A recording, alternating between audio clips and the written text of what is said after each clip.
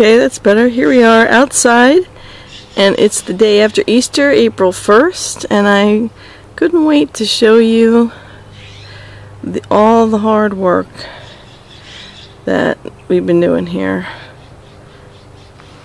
Here's my fig tree. I'm down in the corner of the yard this time, trying to learn how to get this a little bit better and not as shaky.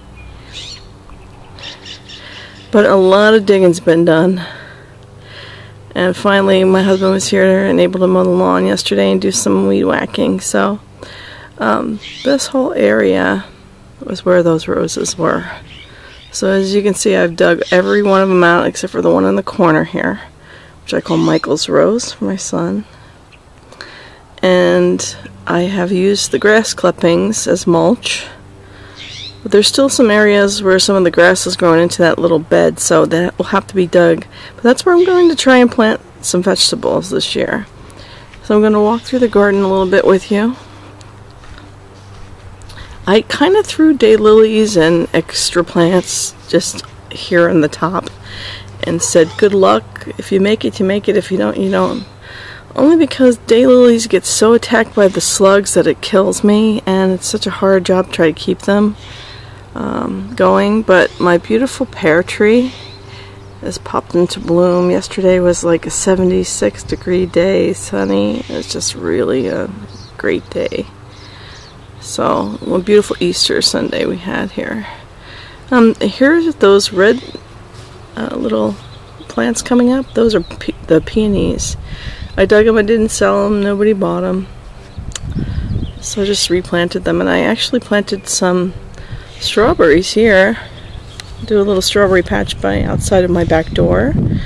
And then I dug up some huge shrubs and huge clematises and stuff. And relocated them, because I really don't like to let a plant die if I can help it. Now those ball trees are my tricolor willows, so you see them now, how they're filling in with green leaves. Well, those will actually grow and they'll get long arms like out from there and just turn pink and white. It's really cool. And I usually let that bloom come out so you can see it for a while before I prune them back to that shape. So I usually try to keep them that shape. But here's the one shrub I moved, the camellia, and then here's the other one that I moved, the Dr. Seuss bush. It looks good there. Actually, I like them better there because it opens up the area by my deck much better. So a lot of daffodils got dug up and actually moved to the front of my home and like around in other places, but the smell of the pear tree in bloom is beautiful. And then also there is a New Dawn, I believe, climbing rose, but I may be wrong about that because I think it's an old-fashioned rambling rose. So this is still a project working these beds because I'm letting some of these spring bulbs bloom just because they're so pretty. Over here, my tulips. Every time I say I don't want tulips and I see them, I love them. They're just more work and they have to be replaced. Most of the ones I get, they call perennials. Even though they're not true perennials, they're actually like more of a 5-year type of a flower. Coco's going crazy because those big blue birds keep coming and cawing at her. And anyway, see how pretty everything is going to start looking. This area, I relocated some bleeding hearts, and I have a white and a pink, and so I divided them first time this year. And this is along my deck. My deck's going to be the next project once things get settled in or I have a little time in between. But it's so nice that my husband finally was able to do this. And then this big honkin' ugly thing I purchased for a contest, and it looked good when I worked it, but it's not, I don't want it there anymore. I'm going to plant raspberries. Yeah, you think, crazy lady here in the Northwest. I mean, we have Marionberries that are like toxic pests around here. Oh, see, I pruned and I messed around over here, and I hit a vein. Oh well. Some of these plants are fragile. That clematis is like droopy is what I meant. Then over here we have 3 piles of compost working, and I've decided to leave these strawberries, and actually because I saw, if you can see, little flowers and little berries starting to already come out, and that was on March, in March already. So I said, well, they're happy there, I don't want to move them. My blackberries are not, my blueberries are not as happy. And then I moved these big roses that were on the other side, remember? That one was there already from last year, but I moved, I think, 1, 2, 3 others, 4, 5. And this is a beautiful lilac in the back in white. It's a double Russian lilac. It's gorgeous. It's happy there. You know, amazingly, I did not have a lot of luck with lilacs in my house. I keep getting a disease or something on it, even though there's this huge lilac garden. It's really popular. So we're under the arbor, and over here is where I dug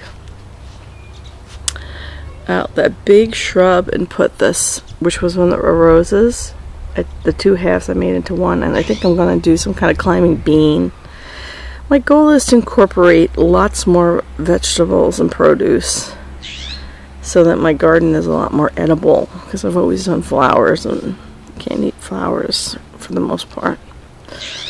So I dug out that hydrangea that was there. It's a big white ball hydrangea, and I stuck them here with a couple other hydrangeas, and this area is just chock filled with hostas.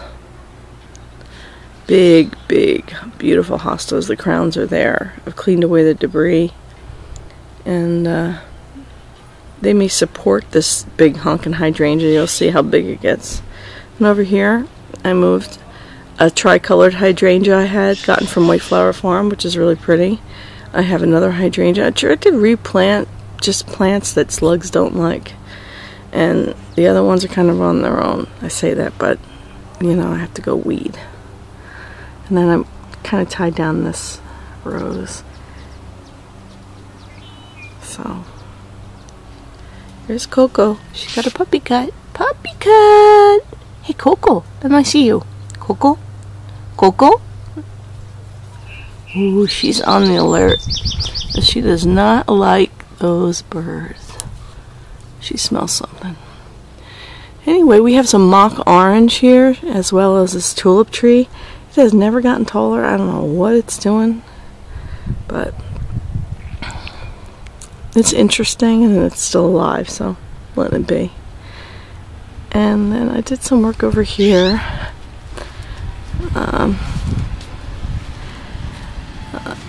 I actually planted a few pieces of a curly willow to get some little privacy, and removed a bunch of weeds back there. There's a clematis on both sides, and then there's a beautiful double lilac that's not open yet, obviously, but this whole area is sort of worked into what I thought it would be, which is some beautiful ornamental grasses and some hardy plants. Then against the house I did this area with hydrangeas.